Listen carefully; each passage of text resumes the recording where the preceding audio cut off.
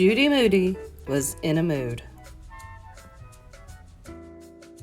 The Me Collage. Stink watched Judy finish her collage after school the next day. "Almost done," said Judy. "It's due tomorrow." Stink pointed. "You still have a bald spot right there next to the picture of Jaws." Judy carefully taped a doll hand from her collection over the empty space. "Not anymore," she said. "That hand? Is it for the trick you played on me?" asked Stink. "Yes, it's the funniest thing ever," said Judy with a grin. "You mean you're going to tell your whole class I thought there was someone in our toilet?"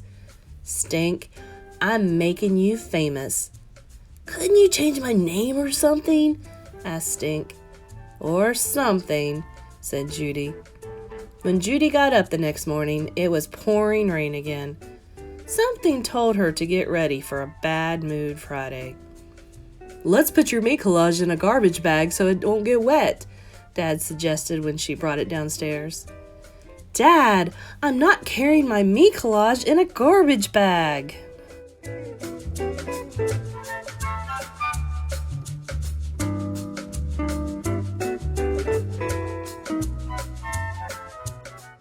"Why not?" "Did Van Gogh put his Starry Night in a garbage bag?" "She's got a point there," said Mom. "Garbage bags probably hadn't been invented yet," said Dad. "If Van Gogh had garbage bags, believe me, he would have been smart enough to use them." "Honey, why don't you take the bus and Dad'll bring your collage to school after he takes Stink to the dentist," Mom said. "Stink's taking Toady to school today, so Dad has to drop him off anyway." "I want to take my collage to school myself. That way I can be sure nothing will happen to it." "What could happen to it?" asked Mom. "There could be a tornado," said Stink, "and the wind could make you drop it, and it could get run over by a bus." "Hardy har har," said Judy. "You do have a lot of other stuff to carry," said her dad. Judy had her lunch, her dad's lab coat so she could dress like a doctor for her talk, Hedda get better, her doctor kit, and plenty of Band-Aids. "Okay," she said, "but don't squish anything, and don't get it wet, and it has to be there by 11 o'clock, and don't let Stink do anything." She gave her brother her best troll eyes stare. "We'll be careful," said Dad. Judy rode the bus with Rocky, who practiced his squirting nickel magic trick on her for the 100th time. "Okay, it works," Judy told him, wiping drips from her face. Rocky cracked up. All morning, Judy imagined things happening to her collage. What if it fell into a puddle when her father opened the car door? What if Toady got out of Stink's pocket and peed on the collage? What if a tornado came, like Stink said? 11 o'clock came, and her collage still was not there. No sign of Stink or Dad. Judy could hardly listen to the other kids showing their Me Collages. She kept her eyes glued to the door of 3T. "Judy, would you like to go next?" asked Mr. Todd, startling her. "I'd like to go last," said Judy. "Frank?" "I'd like to go last too," said Frank. "After Judy." Judy looked at Frank's desk. "Where's your Me Collage?" she asked him. "I didn't bring it. I'm not finished. I still don't have a club," Frank whispered. "Where's yours?" "My brother's supposed to bring it," said Judy. She glanced at the door again. There he was. Stink motioned for her to come out in the hall. Stink looked sick. "What's wrong?" Judy asked. "If I tell you," said Stink, "you'll be in the worst mood ever." "Where is it?" asked Judy. "Did you drop my collage in a puddle? Did Toady pee on it?" "No," said Stink. "Not that." "Where is it?" she asked again. "Dad's in the boys' room, drying it off." Judy ran down to the boys' room, pushing the door open, and went right in. Crumpled paper towels were everywhere. "Dad!" "Judy?" Is it ruined? Let me see. Dad held up her collage. Right smack dab in the center was a big purple stain the size of a pancake. Not a silver dollar one either. A giant jaggedy triangle. A grape-colored lake floating in the middle of her collage.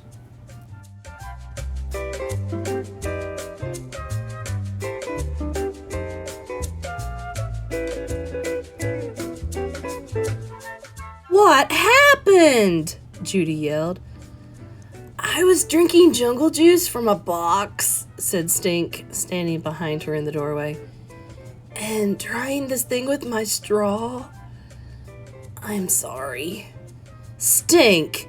You wrecked it! Dad! How could you let him drink jungle juice in the car? Look, it's not that bad, he said. It almost looks like it's supposed to be there. I'll speak with Mr. Todd. Maybe he'll let you have the weekend and we can fix it. Cover it up somehow. Maybe we can erase it, said Stink, with a giant eraser. Let me see. Judy held up the collage, looking it over.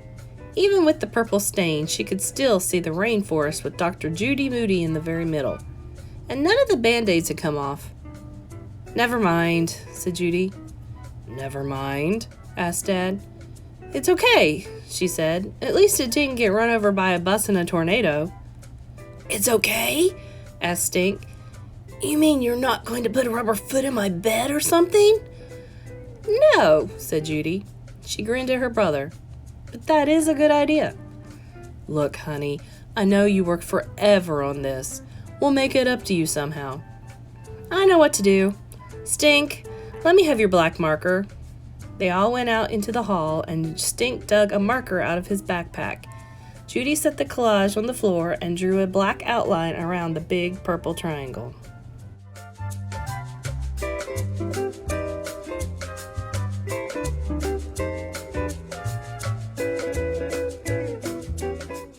Are you cuckoo? Asked Stink. That's just going to make it stand out more. That's what I want, said Judy. Then it'll look like it was supposed to be there all the time. I'm proud of you, Judy, said Dad. The way you took an accident like this and turned it into something good. What's it supposed to be? Stink asked. Virginia, she said. The state of Pocahontas and Thomas Jefferson. The place where I live. Band-aids and ice cream. When Judy got back to class, she put on her doctor coat, walked to the front of the room, and held her me collage high. She stood tall, as if her brother had not nearly ruined her masterpiece with jungle juice. She tried to look like a person who would grow up to be a doctor and make the world a better place. A person who could turn a bad mood right around. Judy told about herself and her family, including the time Stink sold moon dust, which explained why her brother was a piece of dirt. She traced the outline of Virginia with her finger to show where she lived. She talked about Rocky, her best friend, and Frank, her new friend. She pointed to a paste jar lid taped to a corner and told the class that Frank ate paste for a dare once. Is that Jaws? Asked Brad. The thing that eats bugs? Yes, said Judy. Even though I have a cat, Jaws is my favorite pet. When I grow up and become a doctor, I want to move to the rainforest and search for medicines and rare plants that could cure icky diseases. Judy pointed out the pizza table for Mr. Todd and other stuff she collected for hobbies. She told the class she was a member of the TP Club and that she couldn't tell them what TP stood for. This is a picture my parents took of Stink standing outside the White House in his flag costume, and she explained why it was the worst thing that ever happened to her. Everybody's favorite part of her collage was when she showed the doll hand coming out of a magazine toilet. So Judy told them about how the worst thing ever turned into the funniest thing ever.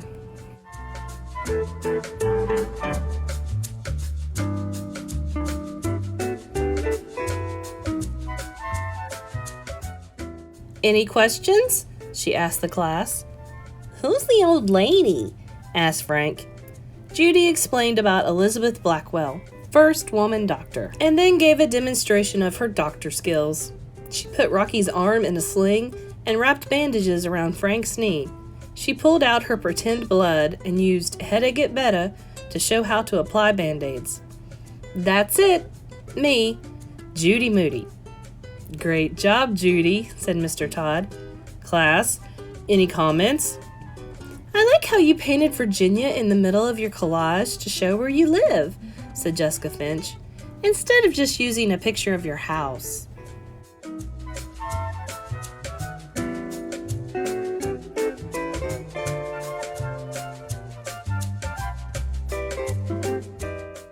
Those tattoo band-aids are the coolest, said Dylan. I have a blister. Can I have one? I have a hangnail. I have a paper cut. I have a mosquito bite. Before Judy knew it, everybody in the whole class was wearing tattoo band-aids.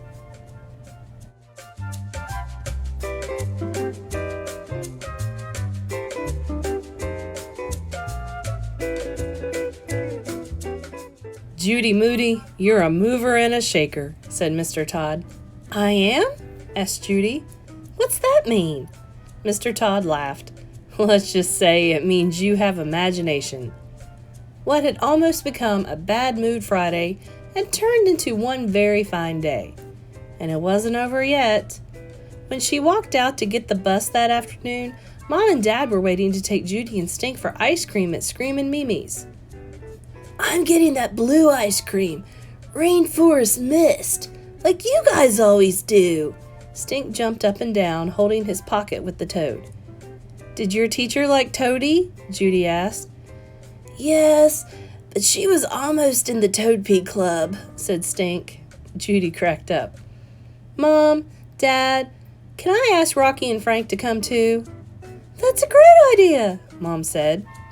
Outside Screamin' Mimi's, Judy licked her Rainforest Mist scoop on her top of chocolate mud, her favorite. She was in her best Judy Moody mood ever. Stink took Toady out of his pocket and set him on the picnic table. Toady hopped toward a blue drip from Rocky's ice cream cone. Toady likes Rainforest Mist, said Rocky. Hey Frank, Judy asked, when are you going to finish your me collage? Mr. Todd said I could bring it on Monday. You're not done yet? Asked Rocky. I still don't have anything for clubs. The dictionary says a club is 3 or more people.